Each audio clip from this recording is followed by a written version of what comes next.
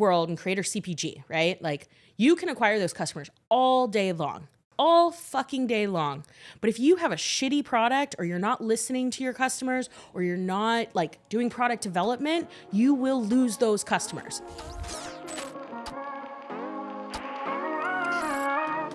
Jess Cervellon is the VP of Customer Experience at Feastables. Based in Chicago, Jess is obsessed with helping brands create CX strategies to build customer-centric cultures that drive trust and loyalty from day one. In this episode, we cover the importance of making decisions while trusting your intuition and instincts, why Jess left her corporate job to take a risk in the startup ecosystem, and her argument for pushing through discomfort to reach outsized success. Welcome back to episode 8 of the Turning Pro podcast. We have Jess Cervellon from Feastables joining us today. Thanks for joining, Jess.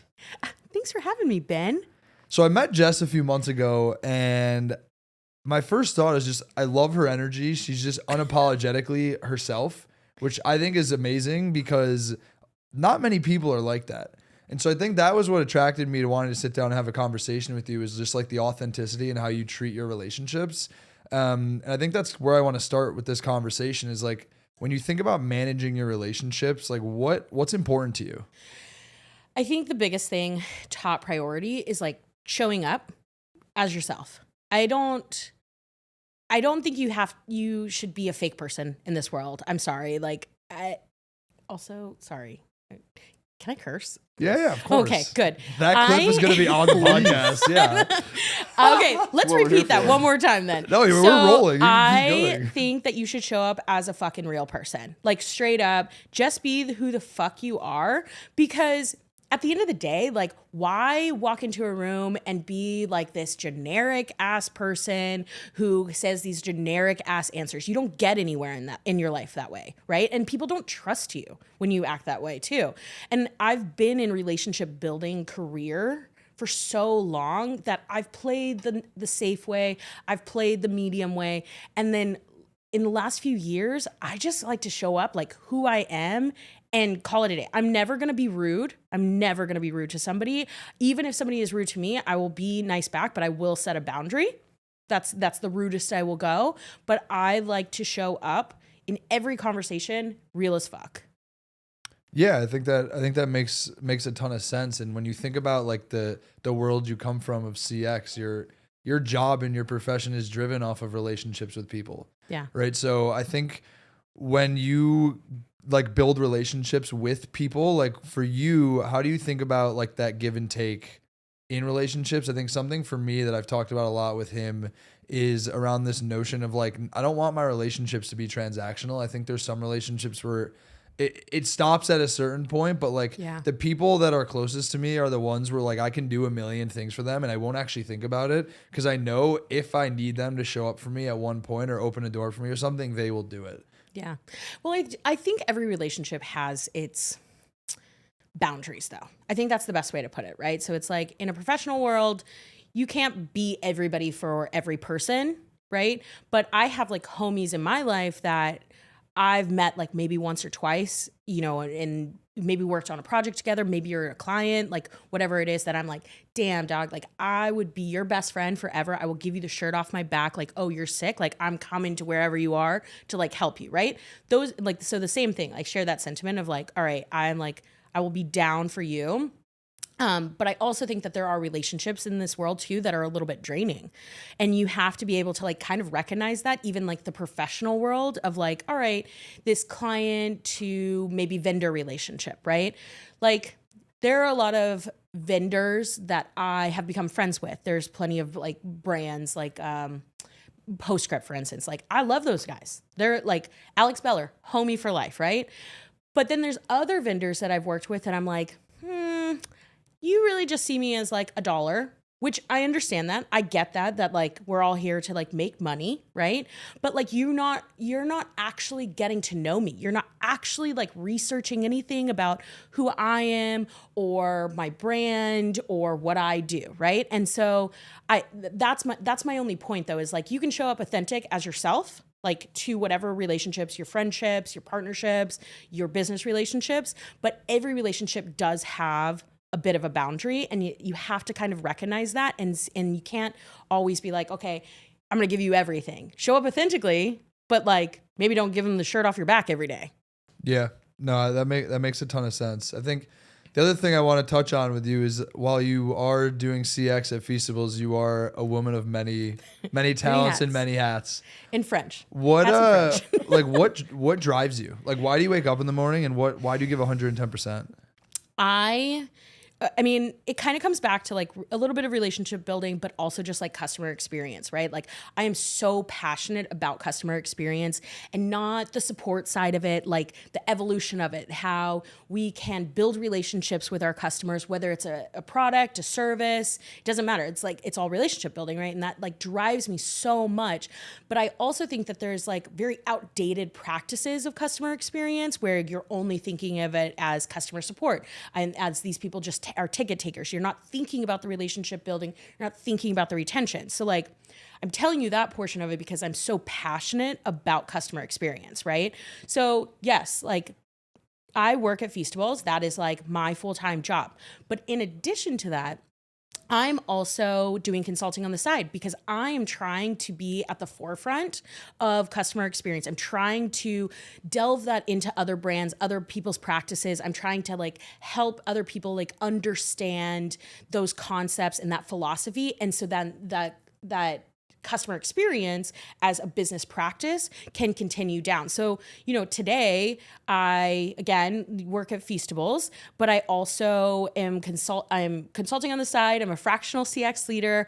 I also, one of my consulting projects that I'm doing is mentorship and people leadership with a CX manager and like getting them to start thinking about like that CX philosophy and getting them to push that into their business and like being able to like stand up like this dope customer experience for their own brand. And then the other things that I do is I also have my own podcast called Oopsie Podcast. So, and that's a huge passion project of mine that I love so much. So I know I'm telling you all the things that I do, but like that overall, it's really driving the practice of customer experience to other businesses and really trying to change other people's mindset of what they think of experience as a whole. Yeah.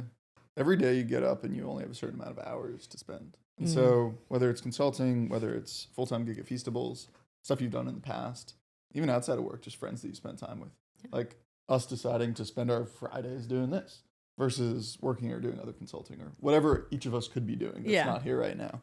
How do you decide how to spend those hours and with who? Is it a gut instinct of, I like your energy, I want to turn this friendship into a consulting relationship? You can take that anywhere you want. Yeah. I mean, I used to pick up like every consulting project for just to like do it. Right. And actually just the other day, like I had a phone call and just the vibes were off. Like, I'll be real with you. The vibes were like off. And I was like, I can't see myself diving into this relationship because I feel like it would be draining for me. So yes, it is a little bit of like going back to relationship building and like having boundaries around like the projects that I do decide to do. I mean, most of the time, like I will vibe with people, but like if the vibes are off, that is a red flag and that is a box of red flags, right? So, you know, maybe not. But so like that's what I do in like consulting. But then like just day to day, I'll be honest with you, probably gonna get a lot of heat for this one, but I just have like that hustle mentality of just constantly wanting to see what's around the corner, wanting to do like the next thing, that I'm constantly doing a lot of different projects or spending time with people. My mom was that same way. I mean, when I was growing up, my mom was a nurse and she was brilliant, but she worked 4 different jobs, right? So it's like, I have that kind of ingrained in me and like that is a little bit of my drive. So, you know, where I spend my 24 hours is I do get my 8 hours of sleep. I spend time with my friends or my family or my boyfriend. But if you are going to drain me in any sort of way, whether it's a business way or a personal relationship way, I'm probably not going to jam out with you, and I will have a boundary around my time and like not do that. I try to vacation sometimes, but you know, it's a little hard. Yeah, no, I can relate to that, definitely. And then it's like if I go to a beach like 3 days later, I'm like, all right, like I need to like get back to check whatever my Slack. it is. Oh that my I'm God. doing. Today is our vacation. Yeah, this is our vacation. And then I'm like, oh, like once this is done, I'm gonna go open my Slack and my email and like have the list of the things I need to do. I mean, I was at a WeWork right before this, like, yeah, do. but it's it's all part of the journey. I think one of the questions I have for you, and like this is why the name of the podcast is Turning Pro. It's thinking about those moments in your life where you decide to like elevate yourself and become a professional in whatever that means, personal relationships, so on and so forth. Like for you, were there any moments in your life where you realize, okay, like it's time to take things to the next level? I think as someone who you identify with as being like a yes man, to like get on a phone with a potential client and say no, like I think that's a huge moment for you where you hold yourself to like a new standard. Yeah. What are those things or moments that have happened in your life where you're like, all right, it's time to like level up here? Man, this is going to go really deep, really fast, I think. But I think for me, you know, going like always being the yes, always doing the yes, yes, yes. But then I've also have been really burned in my life too.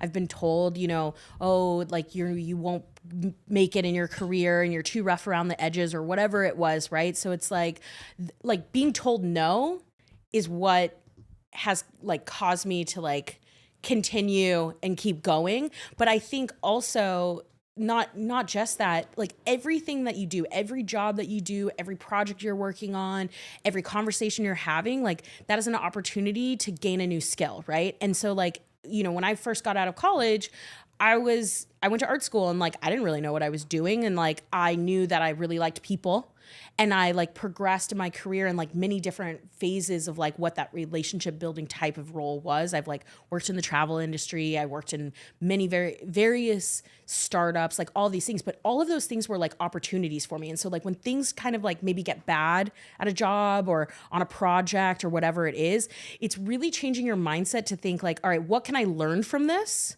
And what skills and opportunities can I take to maybe the next thing? But then also like in a way, and this is what I was saying is going to go deep really fast, is like following your gut. When your intuition is telling you no, maybe you should trust your intuition and like trust that the universe will like have your back, right? Like I mean, even recently I have felt like, actually, let's not even recently, let's just go back to the beginning of when I started at Feastables, right? I was working at a startup and it was a health tech startup, and I was super excited when I had joined. And I was super excited, but like I was bamboozled in the interview process. Like I was told one thing, but I didn't peel back the onion enough, and like ended up finding out I was like, oh, this might not be a company for me. And then I quickly was like, all right, like I'm sticking it out. I'm like doing the jams, whatever. And then like the company like ended up pivoting and then just like wasn't doing well. And I was like there like after a year, like at this point I'm like, all right, it's time to go and like maybe find something else, right? So all right, so I'm like searching for new jobs, doing all these jams, whatever. I get another position, health tech again. But in my gut, I was like, man, I really want to try D2C. I want to do something different in the startup world, not just SaaS, right? And I kind of like spoke that into the universe. And I had actually accepted this position at this like startup, and I got an interview, like a recruiter reached out to me on LinkedIn and was like, hey, do you want to interview for this role at Feastables? Like they're looking for like a head of customer experience. And it was like, okay, the universe was like, bam, here's an opportunity, right? So then, you know, I kind of go through the interview process. I don't start this health tech company, but then I end up getting like the job at Feastables, and I had to weigh out, like, do I continue down the path of SaaS, of everything that I know every single day? Like I know how to do customer success, customer support for a product, like a SaaS product, right? Or do I go down a path of learning something really new that I don't know anything about, but I can like use this as an opportunity to learn a new skill and get out of my safety net, right? And I chose the path of not knowing shit about shit. I mean, I knew some things, you know what I mean? I knew the premise of like CX and like what we were doing and all these things, right?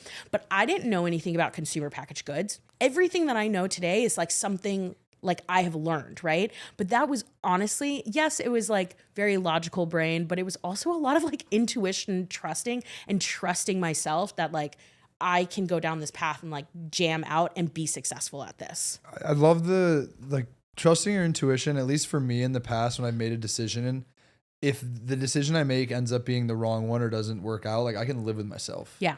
Cause like I trusted the decision that I made, and I'm like, you can't look back. Like you can only look forward. But on the reverse, if you do something where in your gut you're like, I shouldn't do that, and then it doesn't work out, you're like, fuck, I knew it all along. Like I shouldn't have done this. I mean, think about it. Like, sorry, I'm like bogarting like all of this like talk time now because you got me started. Love it. But I mean, think about it though. Like, think about it even like in just like anything, like not even in businesses, right? Like there are times that you're like your gut is like, this does not feel right. And if you would have crossed the street, maybe you would have like just missed the car or gotten hit by the car, right?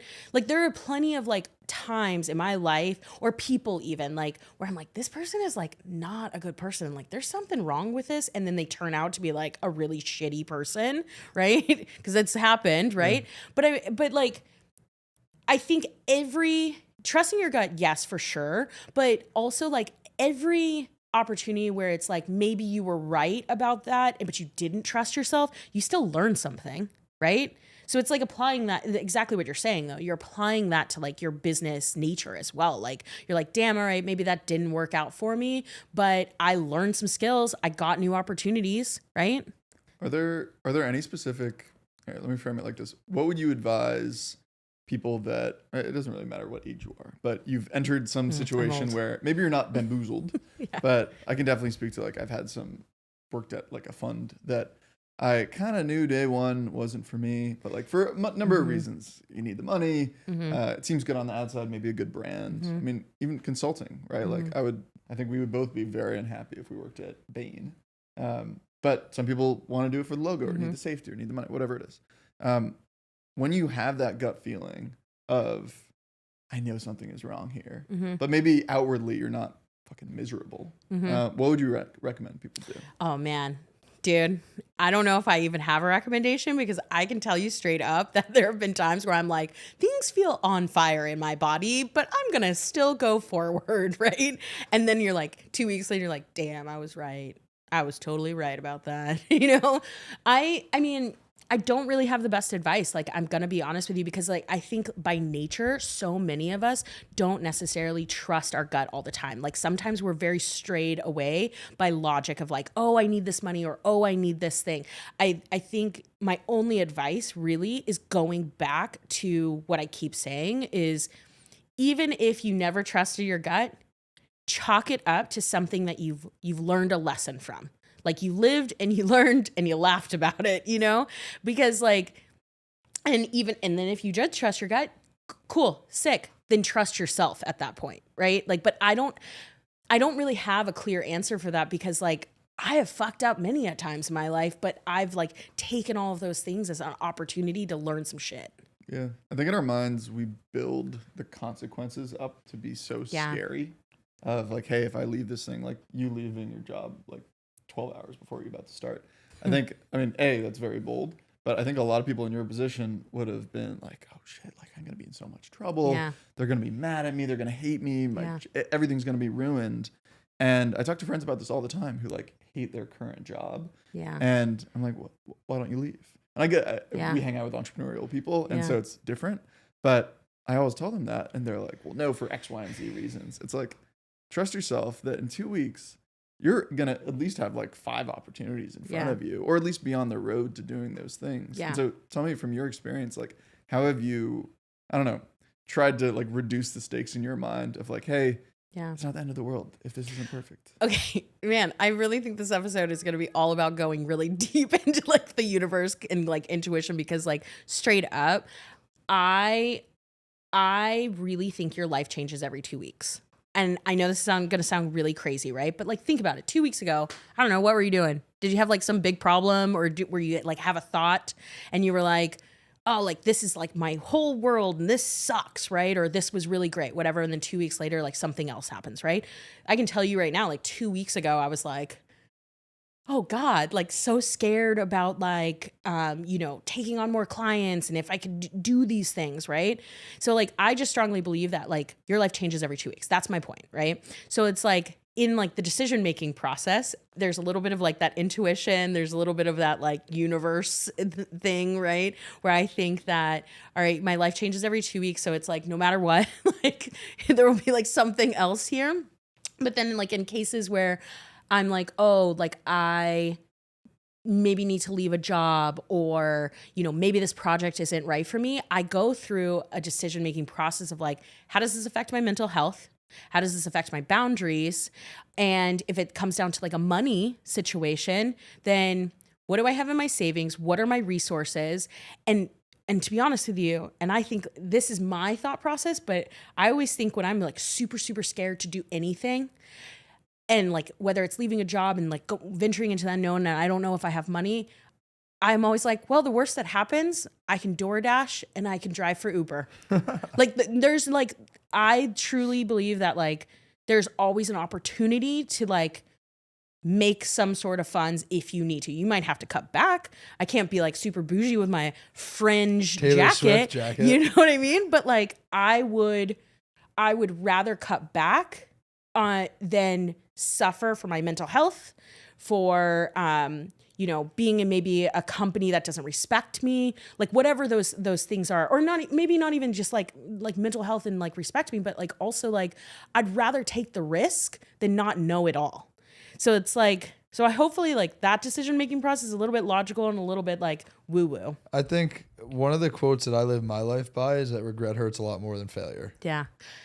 And I think it's easy to just say that, and it's another thing to actually do it. And I can tell you that, again, you already know this, but like the giving up the corporate job was far and away like the scariest decision I thought it was the scariest decision I ever made in my life, because it was an absolute career trajectory change from the perspective of like the job itself, the financial stability, all the dominoes that would fall after doing so. And I think a lot of people never get to the point of making one hard decision ever, and then they just avoid it like for a long time. And that's when you get in this period of like comfortableness, because you're scared of that first one. Once you make one hard decision, you're like, it's actually not that bad. And you learn to be able to do it all the time. And then that's where I think you start to push the boundaries and like do new things and try new things and see outsized growth. However you define growth is when you're willing to go against the grain and go against popular opinion. Yeah. Yeah. Sorry, there was like one other thing that came to me.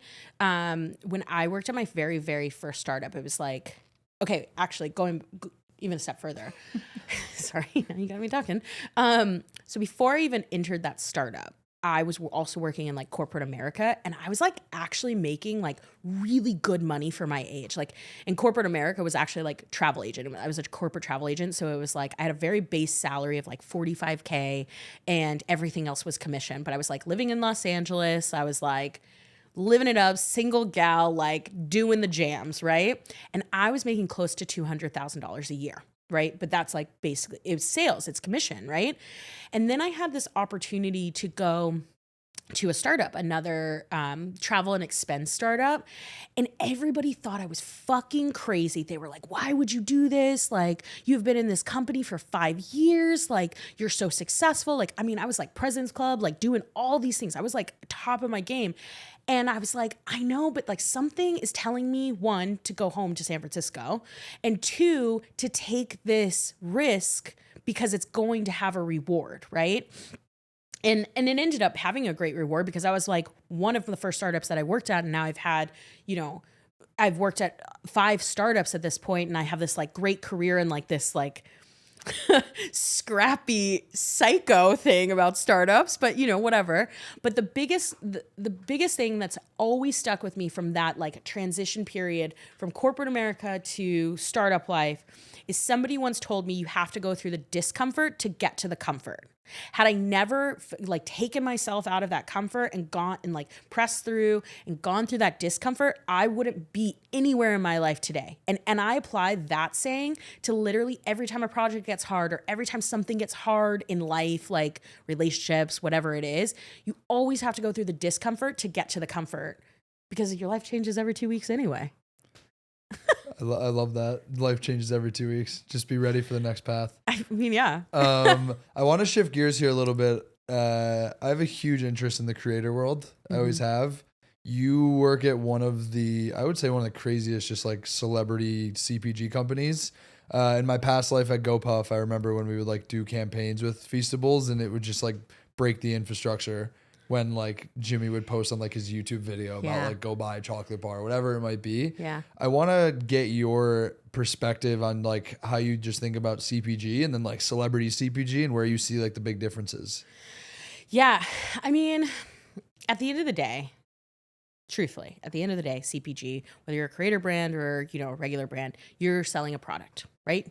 Your product must go through innovations. Your product must go through feedback. It must go to the market tests, like all of these things, right?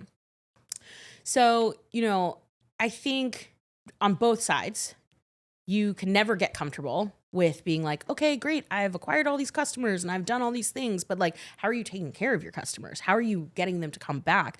Are you, you know, listening to them, listening to their feedback? Are you going through like R&D? Like, are you testing things, like all of this stuff, right? So like, that's how I think about like CPG as a whole. I think that you constantly have to like make new iterations to be at the top of your game, right?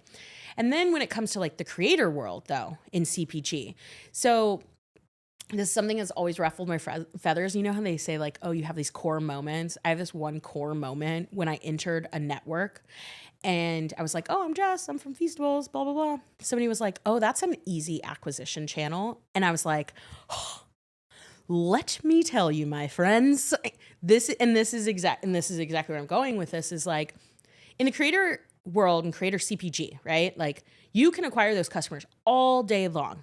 All fucking day long. But if you have a shitty product or you're not listening to your customers or you're not like doing product development, you will lose those customers.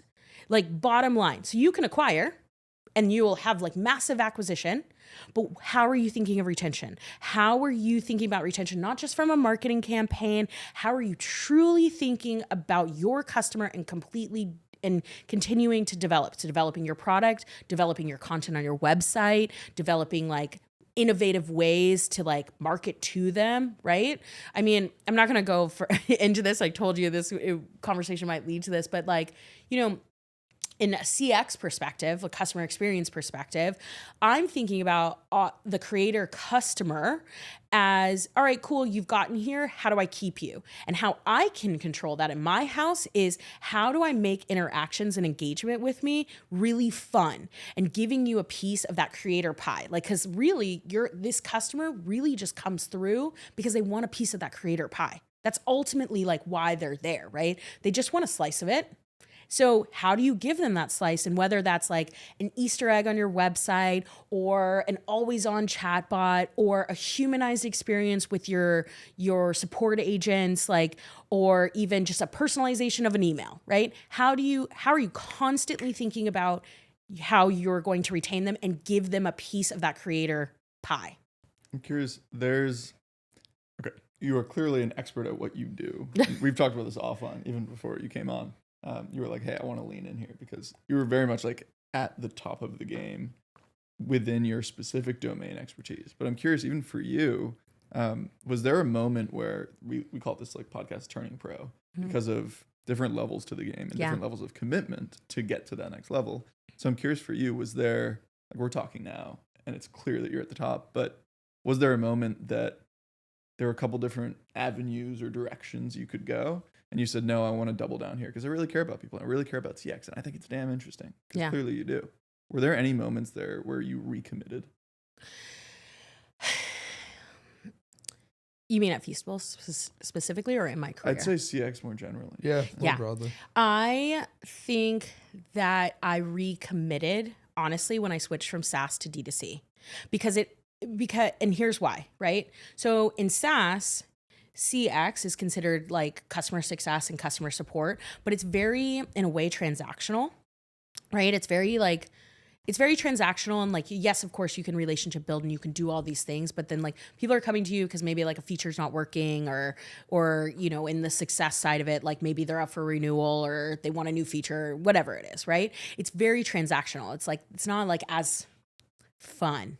I wouldn't say it's not as fun. Like my friends are going to kill me for saying that. But like, I think it's when I switched over to D2C, it's more about a brand experience and like, it's more about those hidden Easter eggs in your relationship, and it's like the content creation for your customer, or it's about doubling down on like that relationship in like a chat bot, right? Like, and like having an always on experience that also maybe converts your browser person, your looker, to an actual buyer, right? It's like the relationship building is just a little bit different. And I think, again, goes back to like what I was saying, like I didn't know shit about shit when I entered D2C, right? So it's like everything that I learned today is like, honestly, semi-new in the last like 2 to 3 years, right? So so when you ask me like, about recommitting, it's truly from like changing that pathway, because it's seeing things from a different light. It's seeing things from the other side of the relationship building. And I think that, and I would love to even consult for a SaaS brand to apply these like brand relationship building practices into a product, like just because I think that would be really fun and interesting and make it so just different. It would be about brand development rather than just being a transactional relationship. I think the difference, and you can tell me if you disagree, is that in SaaS, like it's the concept of want versus need. In a lot of SaaS relationships, like I'm engaging with vendors because I need their software. Like there's very few vendors who have like actually sold me on something who like I didn't think I needed, and then they tell me about it. I'm like, wow, you know what? I actually need that. Like every time because I don't know, I like to think I'm a high intent person. I'll get on a call with the salesperson and be like, I don't need the pitch. I just need to know the pricing. Like we absolutely need this tool for these reasons. Yeah. Whereas like with Feastables, you don't need a chocolate bar. Like it's not like if I don't get the chocolate bar, like my body's going to fail the way that like my business might fail if I don't get like a certain software that's causing a problem. And so your relationship is very different, where you need to get someone to like you and want to come back to you. Whereas on the software side, you just need a product that works for them. Yeah. So I think like the type of relationship you have to build in D2C versus SaaS is so different in that sense. Yeah. I think it's really different in like different stages of SaaS too, though. Like, and here's why. Elaborate. Because I was thinking to myself when you were saying that, I also in the beginning of this said like, okay, Postscript, love those dudes, right? Like I shouldn't say dudes, love that fam. Yeah. Okay. But because they've done relationship building, but they're also a D2C SaaS company, right? So D2C SaaS is also a little bit different than like maybe health tech, right? You know, because it's a little bit different because it's like D2C SaaS or like e-com SaaS, whatever, is you have to be an extension of that brand. So you have to think about it in like a little bit of a brand experience way too, right? Like you have to think about it as like my client, yes, they might need this product for this one particular reason, but like, how do I scale with them? How do I like, if they're going to do something crazy with their brand and like, I don't know, spectacle marketing, right? How can I scale with them and make it fun and interesting to like partner together? I don't know. I was just like kind of vibing in that, but you know, it's interesting because Adrian and I are both it's like we both work with software companies, but mine is more focused on consumer. So like I'm in the commerce enablement where I work with D2C brands all day. He works a lot more with B2B SaaS companies. right.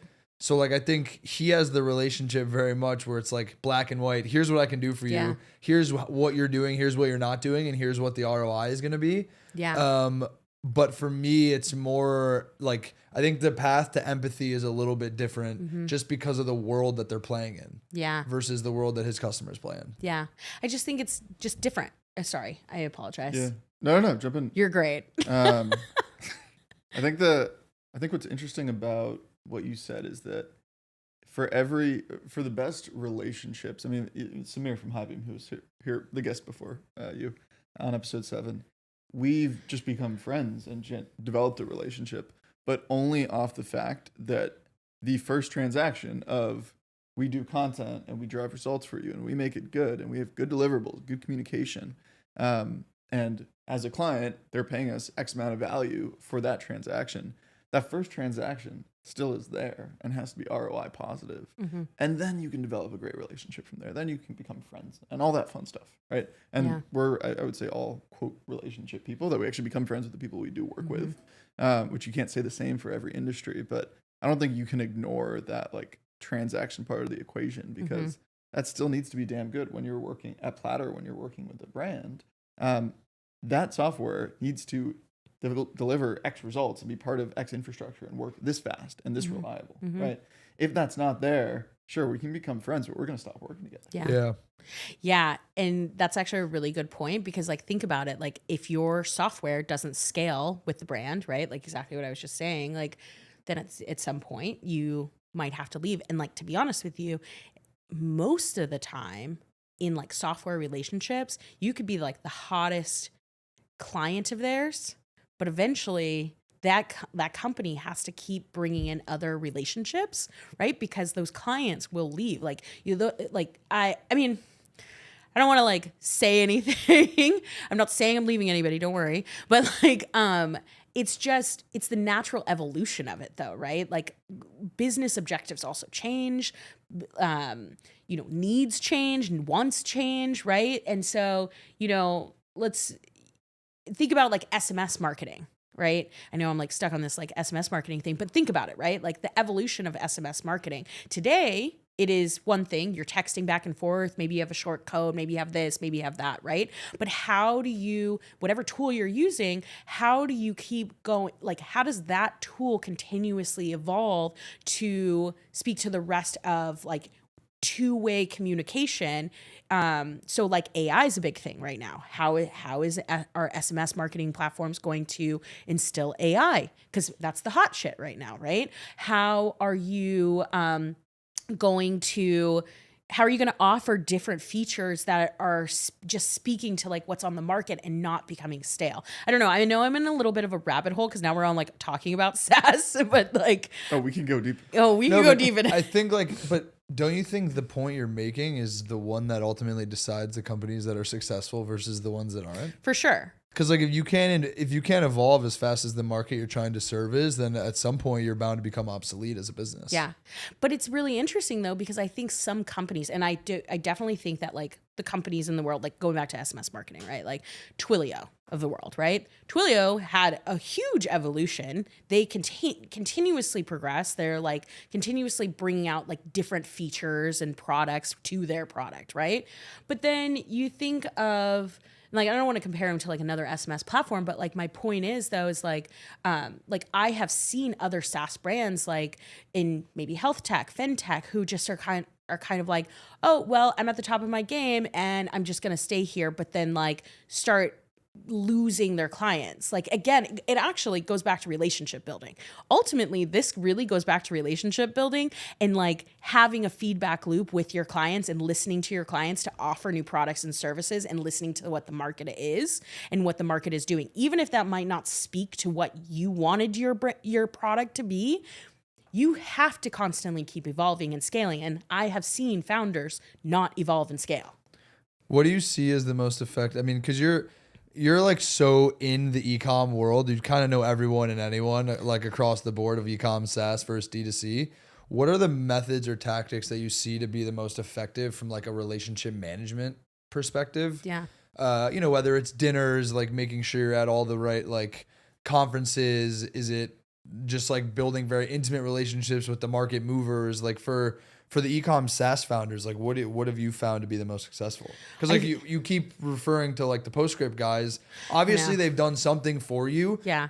Whether it's just serve you at Feastables or like something beyond that, where like that's the first person that comes to your mind, which means they're doing something right. Yeah, absolutely. I mean, it's not just Postscript. It's also like other tools that we use in my like CX tech stack, right? Like Customer. I stay with Customer because I have a relationship with the people that are still at Customer, right? And I certainly the same thing, right? But I think you're right. Like, I think, definitely like conferences, but conferences get so stale. Dinners get so stale. It's also really hard to like take your top clients to a dinner and then like, it's not inclusive to like your other little guys that are like, or like have hope with you and like want to scale with you, you know? I think it's far deeper than just having events in these conferences. I think it's again relationship building. It's again knowing who your stakeholders are, but also for every stakeholder that is in an e-com brand or even another SaaS company, eventually those people leave. So who are you developing a relationship with outside of even just those stakeholders, outside of the people who are just signing the contracts with you? It like, I think about a lot of like my past when I was coming up as like a junior manager before I've like been at this level. And, I think a lot about how when I would bring in like another product to like help me in my department, how I've had people just kind of like bypass me and just be like, oh, well, you're not a stakeholder and you're not the person that's signing it, so I'm not going to get to know you. But now what's interesting, I'm not going to name a company. Call 'em out. I know. Do it. I'm not going to name a company. Well, actually, I will, because like I think a lot of people think that this company is like pretty stale. So I mean, I have had this happen to me in just like a CRM ticketing tool. Zendesk treated me that way when I was like a junior manager, right? And then now I'm a CX leader, and I'm like, I ain't going with Zendesk. Like, why am I gonna go to Zendesk? I'm gonna go with a tool that actually want like relationship built with me before, like that's in the forefront of my mind, right? So that's my point.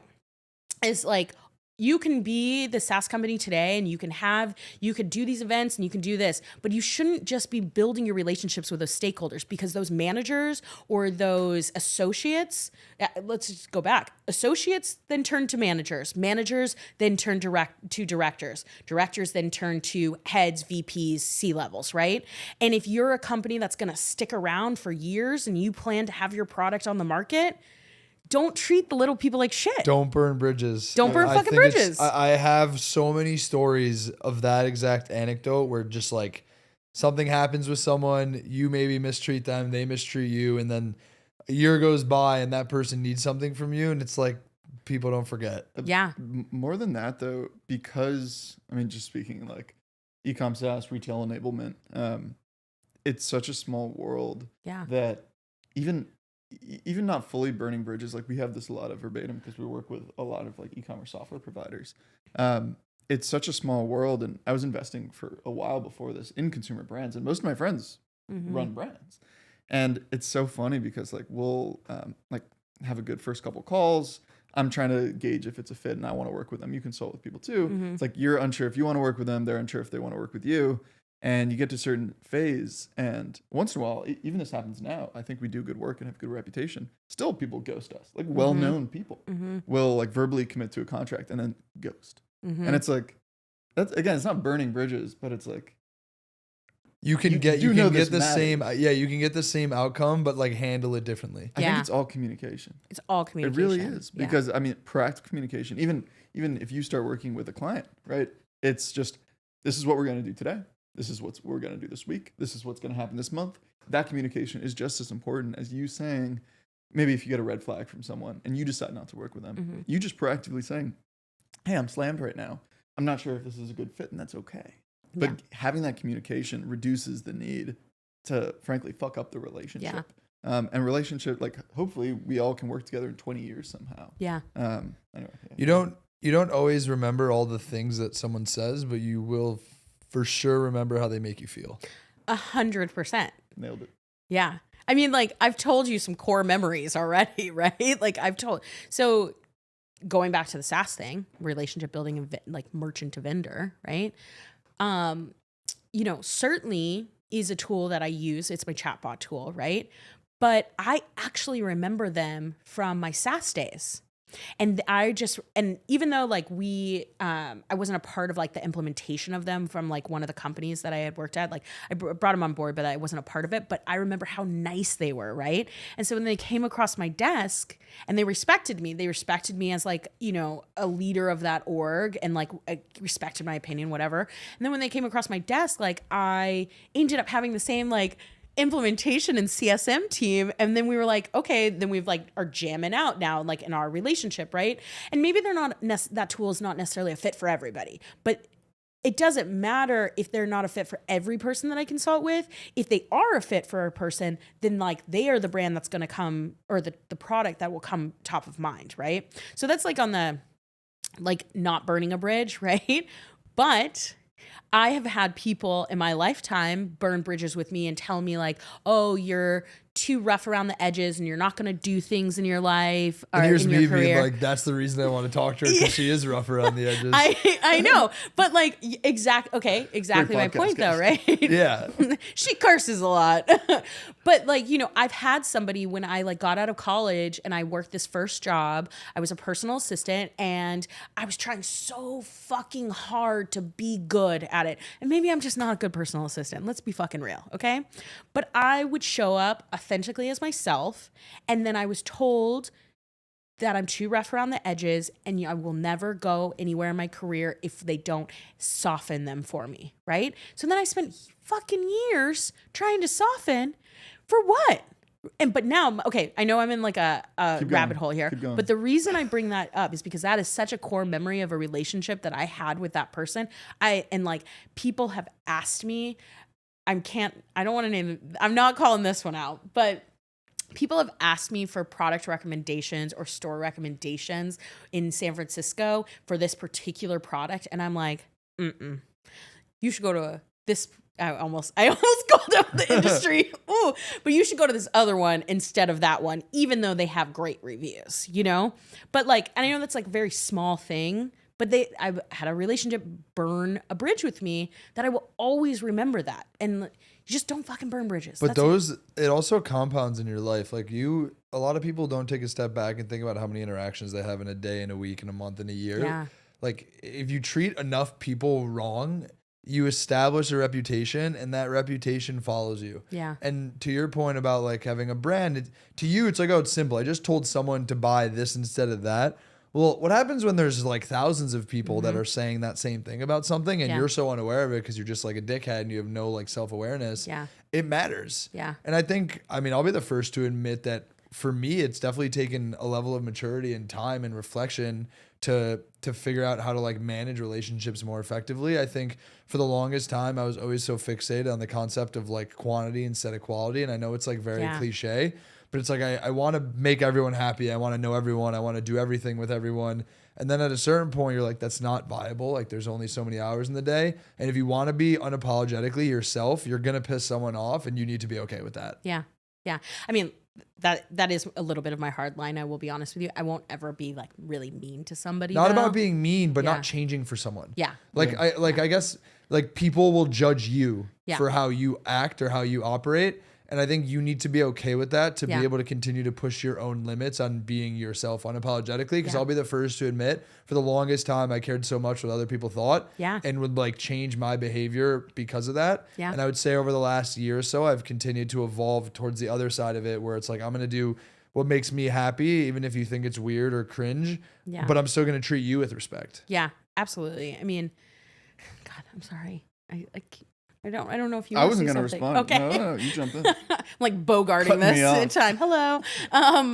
Yeah, I mean, absolutely. Like the same thing though. I've had many relationships, quantity over quality. I mean, I spent my entire 20s like that, right? Like, oh, I'm gonna hang out with these people, even though they were shitty ass people, right? And now where I'm in my late 30s, like where are any of those people? You know where the people that I actually hung out with in my 20s are 5 people. They don't live in the same city that I live in. I have 5 best friends that are spread out across the world, right? But I'd rather not have a ton of relationships in my life and have like the quality people who don't drain my energy. And I know that's in a friendship aspect, but like I am definitely like, I apply that to my business life as well, is like, I will like professionally have a life with you, like coworkers, for instance, right? I used to always try to be everything to everyone in a company, especially in startups, because it's like, you're just so in the trenches together, right? But the thing is though, is like, there, like as a company scales, there's like, honestly, some people that come in there kind of crappy, right? And like instead of always trying to like be that everything from everyone and like be like, okay, well, let's be besties. Now in business relations and like coworkers too, I'm like, cool, all right, this is a professional transactional relationship. We work here, but I don't know if I'll ever talk to you again, you know? And I have like plenty of friends in like my professional life that are like my homies, like 3 of those best friends I was referring to, I like worked with them at other companies, you know? But like, I'm just saying, like, you can apply that logic to every relationship, whether it's like coworkers, whether it's friendships, and merchant to vendors. What about, do you have do you try to delineate between personal and professional? This is something we talk about all the time, how both of those have kind of become a blend of one for me. Yeah. I'm curious, part one of the question is, do you have people where you can like segment between the two? And then the second piece of it is like, what are the types of things you do to try to force yourself to like not think about work for a minute? All right. So first, I definitely have people that like it's blended, right? Well, this is actually going to go back to my oopsie podcast real quick, right? So an oopsie that I have like made and have like publicly talked about is I made a mistake as a junior manager. I thought I like knew everything about everything, right? And I had somebody under my team that I was like letting go the next day, and I was like gearing up all of the stuff, and I was getting it done, and I went to go text my boss to let her know that like, hey, this is like done, right? Yeah, this is episode 1, season 1 of my podcast. So anyway, I go to text message her, and I do it on my computer because I'm blending my personal and professional life, but I didn't need to text message her. I didn't need to tell her that. That could have been an email, or that could have been a conversation. But because I had a little bit of a like personal relationship with her, it was like, oh, by the way, this is all done. But it was slightly gossipy, really, if you think about it, right? Anyway, I know I just set the stage. I accidentally texted the girl that I was supposed to fire. That's why my face was, I was like, I know exactly where this is going. I accidentally texted the girl that I was firing. Oh my God. And let me fucking tell you. Let me fucking tell you the things that I learned in that moment. Because it was an that HR makes nightmare. You so uncomfortable. Yeah, just I hearing know. that. It's still It's a nightmare. It still sticks with me to this day. It's like a people leadership thing for me. It's an empathy thing for me, but it's also like a very gossipy thing for me too, right? And so till this day, I strongly advise, I'm going to look in the camera. I strongly advise do not text on your laptop. Second, I text on my laptop. Made so many mistakes. All the time. All the time. Trust me. I mean, I did this, right? I don't even know how I did this. Anyway, second thing though, is like you have to separate personal from business. And I know this is a very small story because like I said, I don't need to be texting that. I could have written that in an email. I could have had a conversation in business hours of this, right? That is a prime example of like business is business and personal is personal. And like when you are in the workplace, you can have relationships, but there's different levels of relationships. And I just think that like, don't be gossipy. Like if you're going to mix those relationships, don't be gossipy. Be like, we talk about being real. Yeah, be real, but like, don't be a dickhead. Don't do dumb shit, you know, with that relationship, because like that is such a business and a personal relationship in one place is such a trusted relationship that you can blur lines so easily. And like that can have long lasting effects. Yeah. There are definitely risks for sure. I think it's something that I think about a lot. There's definitely people some of my best friends who are like very talented, who I, in some instances, would love to like have them work at my company. Mm-hmm. And I have reservations about it because I'm like, I think we would do well together. Like we understand each other. They have the skill set I need. But it's like, what if shit blows up? You can't actually look past that ever again, like from your relationship perspective, which makes it a little bit more dangerous.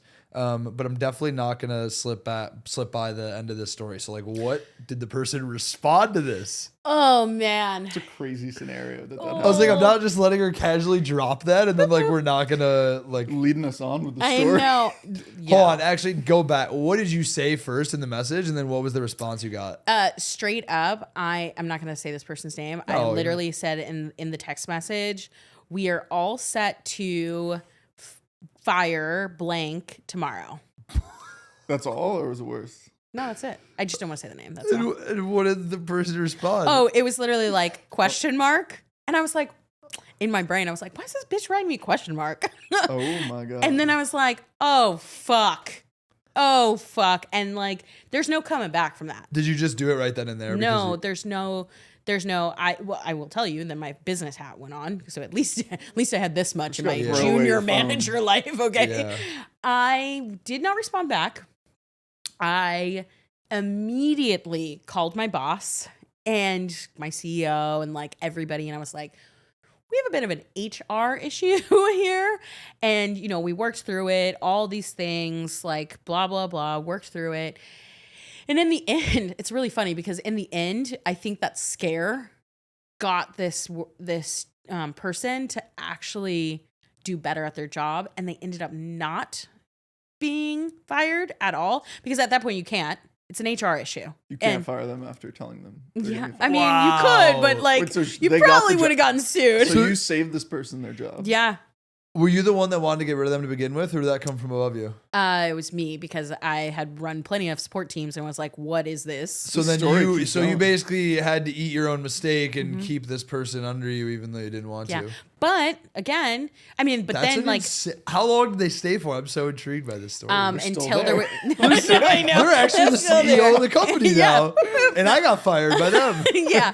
Well, we had like a round of layoffs and they were on a part of it. Like, but much later, I mean, like 3 years later, right? Yeah. Wow.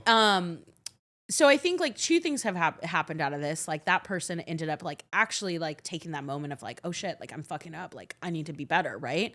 And then second, I learned so much. So much. And again, business is business, personal is personal. That is one of the biggest things that I learned out of that. Right. Second though,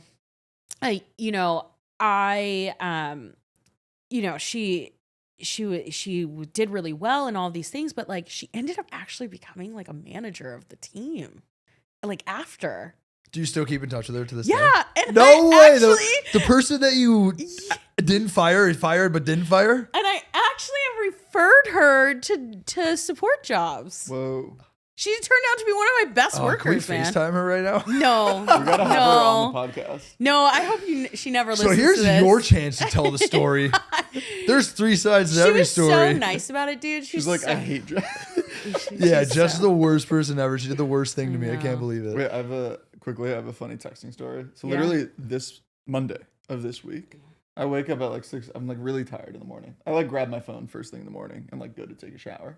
And so I go in the morning, I'm like in the bathroom quickly, and Karina had gotten from New Orleans. She'd gotten into New York, my girlfriend for context, like that night or something. And so I'd gone to bed early. So I wake up in the morning, my first thing is like, oh, I should text her. So I open my phone, I text her like, good morning, my love. How was the flight? I can't wait to see you. I miss you.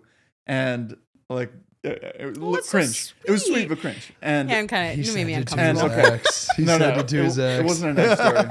And I get out of the shower. It's like an hour goes by. I didn't even think about it. I thought I was just texting her. And then I open my computer and I go on Slack. And one of my clients, Prince, is texting me. He responds to the text that I had sent him. This is a client of mine who's also a friend. It was Luckily, it was to Prince. And he goes, flight was great, babe. Thanks so much. Oh, You're man. so lucky I of was so all lucky. clients, too, that it was him. I was so lucky. But it was a moment of like knowledge rushing to fill that void of like, this wasn't my girlfriend. This was in fact a client Yeah. that I was telling, good morning, babe. Yeah. How are you?" Yeah. Wow, that's so fascinating. But you know what's also interesting about these like fuck ups? Okay, I mean, granted, these are like text fuck ups, but this is also like communication fuck ups, right? Sometimes though, like the other thing that we should all learn from this is like sometimes just shut the fuck up and like sit back for a minute and like listen and wait for what the next thing should be. Not try to like go and fix it, you know? Like, because you didn't do that. Like you didn't go and try to fix it. You were like, oh, okay, that's like an embarrassing moment, but like, whatever. Mine, I was like, oh, I wanted to write back so bad, but I didn't. It's basically just like not making, and something I will put my hand up and say I need to get so much better at is like not making emotional decisions in the moment. Like having the maturity to take a step back for a day, 2 days. Every situation has its own context, but to be able to make a rash decision after digesting it. There's been instances where someone has pissed me off or something and I just want to snap because I'm upset about whatever the thing is. Instead, it's force yourself to take a step back, look at the situation objectively, and then make the right decision. Yeah. With you, in the context of the text message, you could have just like responded right away, and then all of a sudden you get yourself into trouble because you're breaking 5 HR violations instead of 1, and then shutting your mouth and trying to solve it after the fact. I'm still so embarrassed of this moment in my life, but absolutely. I mean, absolutely. And honestly, it goes back to actually one of your questions that you had, or no, I'm sorry. I think you asked me the question about like business decisions, or I don't know. We like talked about this though, like how do you make business decisions and like what you go through. And that same thing applies to this though, is like, sometimes you just got to take a step back. Don't come from an emotional state. So it's like, oh, if you weren't going to quit your job, right? Like maybe think through it. What are the implications of like me doing this? Make a plan, strategize that plan, right? And granted, I think this is because we're like all entrepreneurs, let's be real, like that we always are constantly thinking about like strategy. But I think that a lot of people, whether you're an entrepreneur or you're okay with like, you know, working with other people, like, and you don't want to go start your own jam. I think that like looking at business decisions and your reactions and whatever it is, you're thinking about it strategically. You're thinking about it of like, what is my next move? And like, what are the implications of that next move? You know? Yeah. I think also sometimes, yes, there's like strategy, game plan, next steps need to be considered. But this is something similarly I'm not great at, that slowly doing my best to change, is just having a blank slate. Cool, let me give it some thought. And then not deep diving on it, but just like going for a walk for a while, or just sitting on a decision for a couple days. We just put out 2 offers for like a couple more writers internally. And I was unsure on like pricing for a couple of them. I ended up doing like 30-day sprints, but we were going to give one of them the offer. And I really wasn't sure. And I just said like, hey, let me give it some thought. And I just took a couple, I know it sounds crazy, but just took a couple days. Mm-hmm. And I didn't actively think on it. I just kind of let it brew. And then a couple days later, I was like, oh, okay, yeah, I should do that. Yeah. But I didn't like block out time, 30 minutes, and I got to think about it, and I got to talk to someone and a reference. It was just literally just some like time for your subconscious to be like, all right, let me process this and think about the implications. My therapist is going to be really proud if she ever listens to this, because I'm about to tell you like the one thought. My therapist, shout out to Val, tells me all the time about the same thing. Is like, sometimes you just need to like take a moment and like go for a walk or come from a calm state and not a triggered state. And so it's like when you're making big decisions and you're making you're not developing out the strategy plan, but like maybe you're just making a big decision, right? And like, whether you're upset, happy, whatever, taking a step back and like breathing and like for 10 seconds before actually making the decision in the triggered state is like a better decision making process. And you can apply that in, doesn't have to be 2 days. You can apply it in 10 minutes. You can apply it in 1 minute, you know, but it's like just breathing and getting yourself into a sense of calmness rather than the trigger and activated state.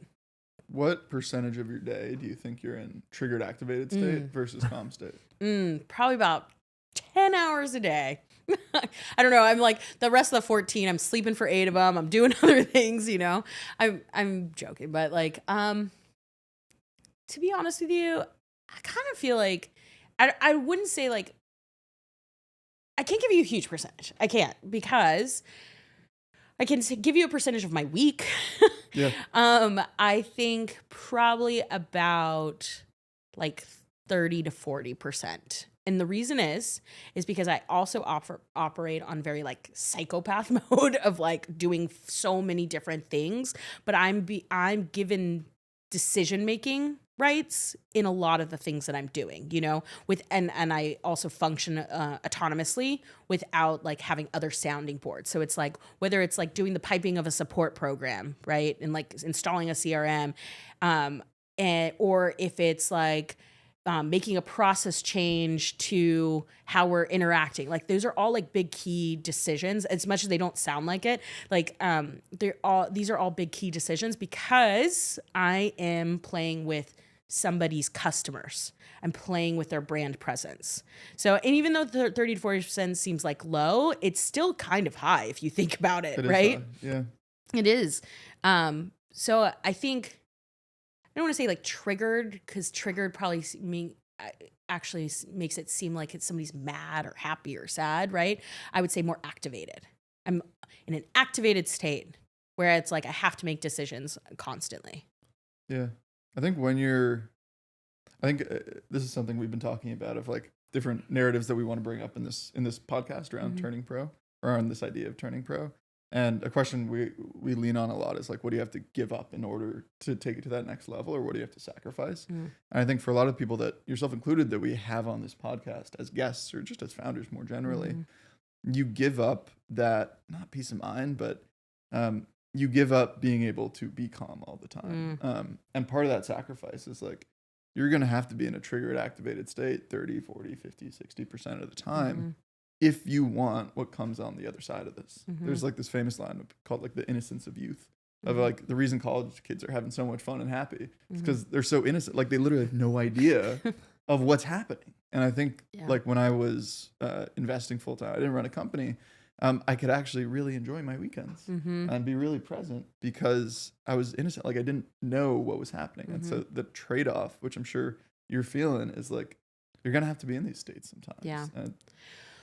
And I think that in our line of business, especially in like startup world, we are in that triggered or activated state so much because we're also dealing with like seed and scrappiness of like just starting a company where you have to make new iterations and you have to learn and you have to make decisions constantly to get to the other end of it, right? And like I could be making a good decision or I could be making a bad decision, but you have to at least try. So we're constantly in that like activated, triggered mode. So Val's advice: take a minute and breathe. shout out therapy. I love that. I think that's a good place to wrap up here. Jess, thank you so much for joining us. If you want to look at the camera, let everyone know where they can find you and what you're working on. Yeah, you can find me at jesscervellon.com or on LinkedIn, Jess Cervellon. I am out there consulting, mentoring, so hit a girl up. Love it. Thank you so much. Thanks for coming on. Thanks.